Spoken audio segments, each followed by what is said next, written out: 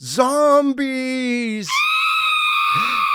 Zombies are very popular today. I don't remember hearing much about zombies when I was young, but now it seems like you run across them everywhere. The Walking Dead. All of Us Are Dead. Resident Evil. Infinite Darkness. What is this fascination these days with zombies? Well, let's start by thinking, what is a zombie? A zombie is a human being stripped of humanity, reduced to pure appetite. To return to my chart, we can think of a human being as a combination of appetite, story, and being. Most of us live our lives kind of really centered around our story. But sometimes the story goes bad. And when the story goes bad, we're tempted to escape to pure appetite, sensuality. That is the appeal of drugs, or of Netflix, or of ice cream, or of sex, or of just about anything that plunges us into pure sensation and strips away the story. That's what a zombie is. A zombie is pure appetite. And we look at a zombie and it scares us because we see ourselves in the zombie. It's a caricature of ourselves when we surrender to sensuality. And of course, when you become a zombie, there's no coming back from that. Thankfully, we can come back from our sensuality. In fact, as much as we might try to stay in a zombie state, we always do come back. And when we come back into our story after our escape into sensuality, whatever that escape may have been, whether it's drugs or alcohol or sex or whatever, binging 8 hours of Netflix or whatever, when we get done, we come back and we're right back in the story. And the story, as you know, we've neglected it, walked away from it, usually is not better off for us having taken a break. Usually we've neglected our story, and so it's worse, which makes us want to escape it even more. So we plunge back into this pure appetite, and then when we come back, the story's worse, and we plunge in again, and this is the cycle of addiction. And it can be really hard to break that cycle. You could call this kind of a zombie a hunger zombie or an appetite zombie. This is a zombie who is reduced to the primary level of human existence, just appetite. Strip away the story, just pure appetite. If that's a hunger zombie, what is a dogma zombie? This hit me, just actually last week, and I realized, I'm behaving like a zombie. Sometimes, of course, I behave like a hunger zombie, but there's another kind of zombie, and that is a zombie who is restricted to the story level. And so my story is confused with reality. And of course, as we've seen, our stories always get messed up and shaken, and when we come right down to it, our stories are not reality, capital R. They are what we make of our existence, but they are not reality, whatever your story may be, whether it's your story of religion or your story of your life or whatever your marriage, your kids, whatever your story is, your car, just your money. We all have these stories, but when we reduce our life to a story, and that story is considered to be reality, capital R, it turns us into dogma zombies. Facing up more than anything else is the awareness that our story is not reality. It's facing up to the fact that three forces undermine all of our stories. We are lost. We don't really have the answers, right? We're longing. We can't ever get to the happy ending that we're dreaming of. And we are lonely. There's this conflict in our world that we can never escape. And these three things tear apart our stories. I have the fancy Latin names for this. I call it these specters, Ignarus, Vanitas, and Rapax. And I've talked a lot about that. But these dark specters that destroy our story open the door to the life of human being. They allow us to quit viewing ourselves only as creatures of story and having this awareness that we are human beings, that we exist on the level of being. And at the being level, our lives are basically a yes or a no to life. So, in the face of our ignorance in Yarus, will we say no to life and just live in fear and nihilism? Or will we accept, look at this in the face, we don't know, and choose wonder? Say, wow. When we face vanitas, will we throw ourselves into despair over our broken story?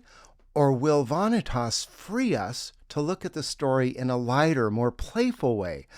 Not with a kind of apathy, but with an engagement that understands that the story is our expression and our life is play.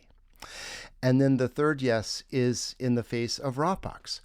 When we see that, man, everybody's in it for themselves, will we just get mad at people and attack? Or will we choose compassion and kindness? So a yes to life at the existential level allows us to enter back into the story in a new way. For me, this has been so liberating to begin to see my life not as fear and fable, not as despair and repair, not as anger and attack, but as wonder and adventure, as gratitude and play, and as compassion and kindness. This is a higher level way of viewing the story. You're not viewing it from the story. You're viewing your life and your existence from the standpoint of human existence. It's an existential view, if you like, but it's recognizing that our stories are part of who we are, but they are not all that we are. And all that we are is beyond us. And in the face of this, we just have a choice. Are we in or are we out? Well, if you're in, then you enter into the story in a new way. Look again at the chart.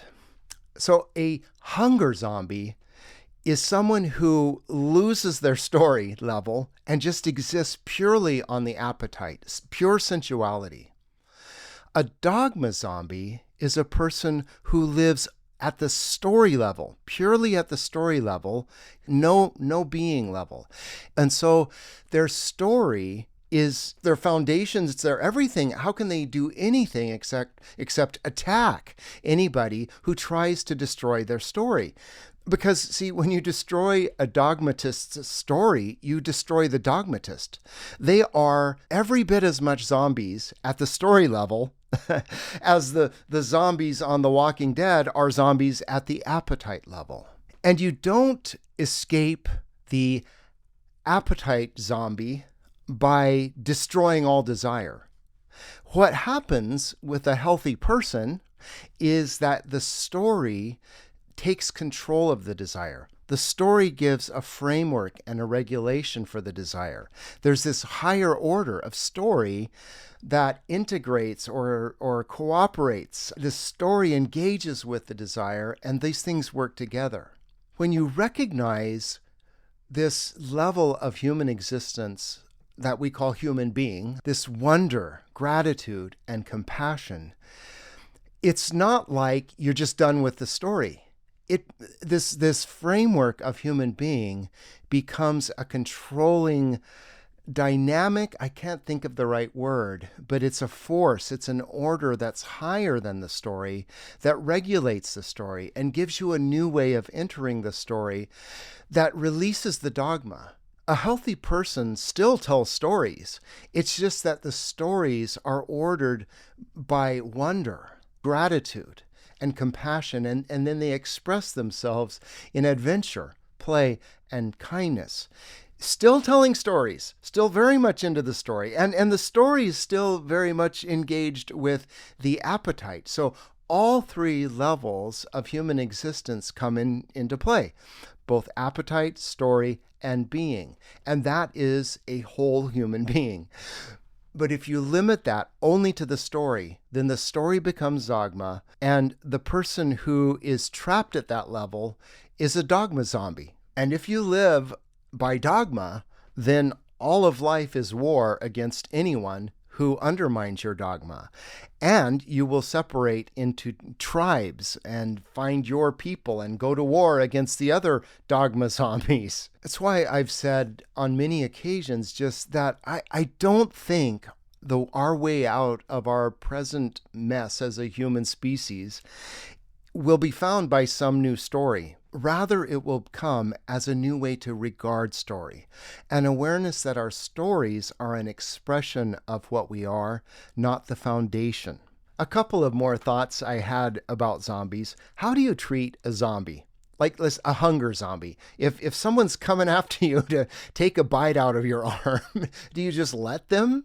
Of course you don't. You fight them. You have to fight a zombie. But in these zombie movies, some of the most touching scenes are when somebody who you love is infected and they start turning into a zombie, and then, you have to fight them. You maybe even have to kill them. But you do it with such sadness, with such compassion. But there is a big difference here. And the difference is that in these zombie movies, it's once a zombie, always a zombie, that you don't come back from being a zombie. In our existence, you can come back from being a zombie. Anybody who has fallen into a cycle of addiction or just plunged into sensuality and come back out and sort of got their grip on their life, we've all done that, right? So you can come out of this zombie state. And so the way to treat a zombie, a hunger zombie, is with compassion, but it is not to just surrender to them, right? I mean, you may have to be tough, you may have to be hard, but always with compassion, always understanding that this level of appetite is common to every one of us. The same is true with a dogma zombie. It's if you try to kill them because they don't agree with your dogma, well, you're a dogma zombie too. The only way out of this is to try to help people just lighten up, loosen up, recognize that our lives are so much more than our stories. And yet our stories are an essential and important expression of our life. But we start from our common humanity, our common human being, and then ask, what's a good story look like? How shall we harmonize together? What adventures shall we take? How shall we play? And always with a sense and goal of being kind to each other. To bring this down to the very ground, a couple of weeks ago, as I shared, I went backpacking with my friend Jim, which was just such a great weekend. But as we were discussing things, Jim and I have been living separate lives for a while. He's been off in Colorado and Reno, and I've been up in Seattle. And anyway, we've kind of gone our different ways. And over that course of that time, I've veered a little to the left, and he's veered a little to the right. So our politics don't line up as perfectly as they used to. And so we were talking politics, which is a very dangerous and brave thing to do these days. But one of the things that came out of our conversation was that we live in an age where there is left and there is right. And left and right are really dogmas. There is a dogma on the left that says, you must embrace all this slate of things. And there is a dogma on the right that says you must embrace this whole slate of things. But as we talked with each other, we realized, in the middle, and I give credit to Jim for this because he's the one who pointed it out, but I liked it. He said, you can really make a distinction between liberal and left.